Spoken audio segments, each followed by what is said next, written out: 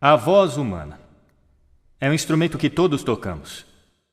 É provavelmente o som mais potente do mundo, é o único que pode começar uma guerra ou dizer eu te amo. E mesmo assim, muitas pessoas passam pela experiência de falar sem ninguém ouvir. E por quê? Como podemos falar poderosamente para fazer diferença no mundo? O que eu gostaria de sugerir é que existem alguns hábitos que precisamos afastar. Eu reuni aqui, para seu prazer, 7 pecados mortais da fala. Não tenho a pretensão de dizer que é uma lista completa, mas esses 7 pecados, eu acho, são grandes hábitos nos quais todos podemos cair. Primeiro, fofoca. Falar mal de alguém que não está presente. Não é um bom hábito e sabemos muito bem que a pessoa que fofoca, 5 minutos depois, estará fofocando sobre nós. Segundo, julgar. Conhecemos pessoas como nessa imagem. É muito difícil escutar alguém se você sabe que está sendo julgado e condenado ao mesmo tempo. Terceiro, a negatividade. Você pode cair nessa. Minha mãe, nos últimos anos de vida, tornou-se muito negativa e isso é difícil de ouvir. Eu lembro que um dia eu disse para ela, hoje é 1º de outubro, e ela disse, eu sei, não é terrível? É difícil ouvir quando alguém é tão negativo assim. E outra forma de negatividade é reclamar. Bom, essa é a arte nacional do Reino Unido. É nosso esporte nacional. Reclamamos sobre o clima, sobre esporte, sobre política, sobre tudo, mas, na verdade, reclamar é um sofrimento viral. Não é espalhar luz do sol e leveza no mundo. Desculpas. Todos nós conhecemos esse cara. Talvez todos nós tenhamos sido esse cara. Algumas pessoas têm um atirador de culpa. Elas jogam a culpa em todo mundo e não se responsabilizam pelos seus atos. É novamente muito difícil ouvir alguém que está agindo dessa forma. Penúltimo. O 6º dos 7 itens. Exagero. Ele prejudica a nossa linguagem às vezes. Por exemplo, se eu vejo alguém que é realmente incrível, do que eu chamo isso? Então, é claro, esse exagero se torna mentira e nós não queremos ouvir pessoas que sabemos que estão mentindo para nós. E, finalmente, o dogmatismo. A confusão de fatos com opiniões. Quando essas duas coisas se confundem, você está ouvindo na direção oposta, alguém está bombardeando você com suas opiniões e como se fossem a verdade. É difícil. Então aqui estão eles, os 7 pecados mortais da fala. São coisas que eu acho que precisamos evitar. Mas há uma forma positiva de pensar sobre isso? Sim, existe. Eu gostaria de sugerir que há 4 bases, fundações, sobre as quais podemos ficar se queremos que o nosso discurso seja poderoso e para fazer a diferença no mundo. Felizmente, essas coisas soletram uma palavra. A palavra é hail, granizo, e ela tem uma grande definição também. E eu não estou falando sobre o material que cai do céu e o acerta na cabeça. Eu estou falando sobre essa definição. Cumprimentar ou aclamar entusiasticamente, que é como as nossas palavras serão recebidas se ficarmos sobre essas 4 bases. Então, o que elas representam? Vejam se conseguem adivinhar. O H. Honestidade, é claro. Ser verdadeiro no que você diz, sendo direto e claro. O A é a autenticidade. Apenas sendo você mesmo. Um amigo meu descreve isso como estar sobre sua própria verdade, que eu acho que é uma bela maneira de colocar. O I é a integridade. Sendo a sua palavra, na verdade, fazer o que você diz e ser alguém que as pessoas podem confiar. E o L é o amor. Eu não quero dizer o amor romântico, mas quero dizer desejar às pessoas o bem. Por 2 razões. Primeiro, acho que a honestidade absoluta não pode ser o que queremos. Meu Deus, você está tão feia esta manhã. Talvez isso não seja necessário. Temperada com amor, é claro, a honestidade é uma grande coisa. Mas também, se você está realmente desejando bem a alguém, é muito difícil julgar ao mesmo tempo. Eu nem tenho certeza de que você pode fazer as 2 coisas simultaneamente. Então, hail.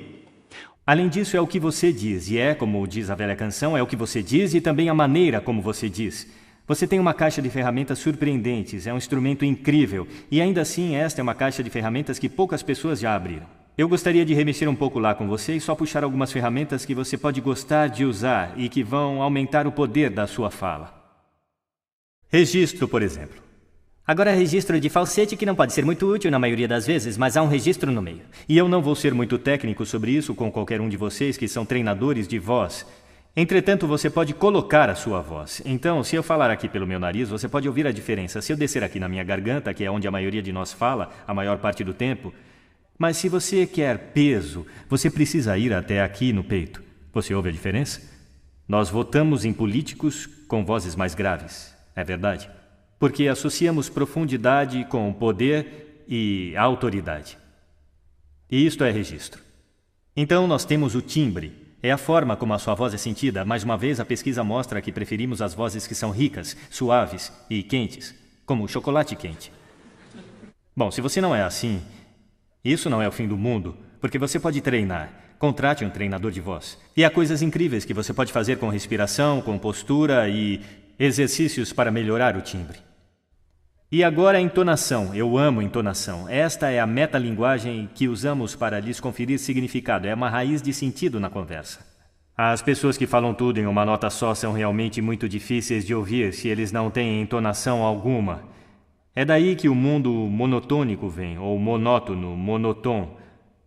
Também temos entonação repetitiva chegando agora, onde cada frase termina como se fosse uma pergunta, quando na verdade não é uma pergunta, é uma afirmação.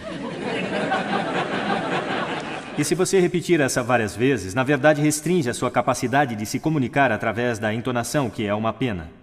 Então vamos tentar quebrar esse hábito.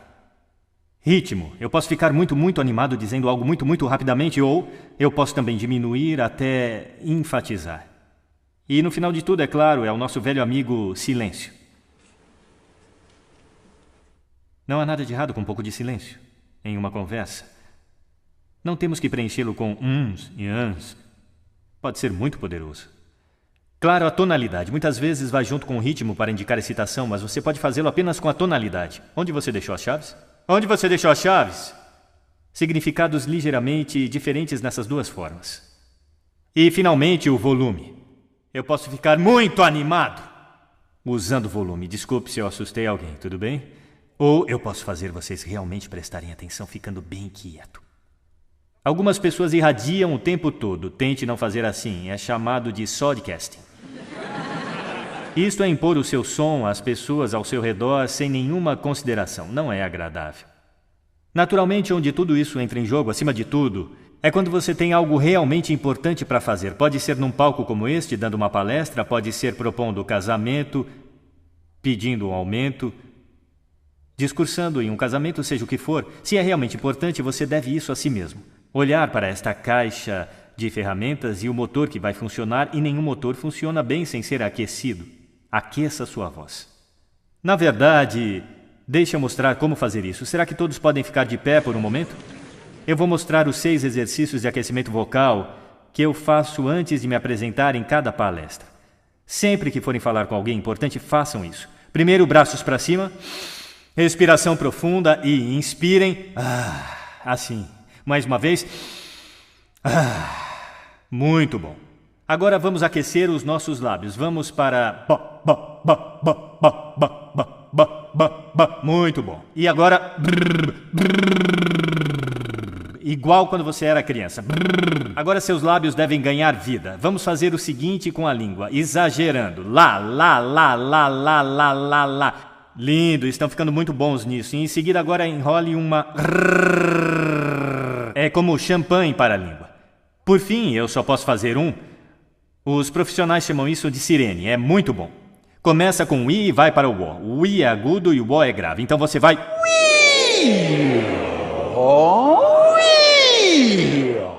Fantástico. Uma salva de palmas para vocês. Sentem-se, obrigado. Da próxima vez que falarem, façam isso com antecedência. Agora deixe eu colocar isso no contexto para fechar. Esta aqui é uma questão séria. Este é o lugar onde estamos agora, certo? Não falamos bem com pessoas que simplesmente não estão ouvindo num ambiente que tem muito ruído e acústica ruim. Eu falei sobre isso neste palco em diferentes fases. O que seria o mundo caso estivéssemos falando poderosamente para as pessoas que estavam ouvindo conscientemente em ambientes que eram aptos para o propósito?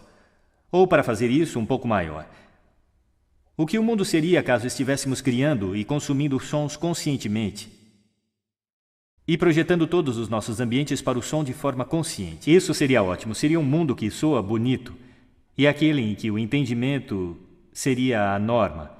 E essa é uma ideia que merece ser espalhada. Obrigado. Obrigado.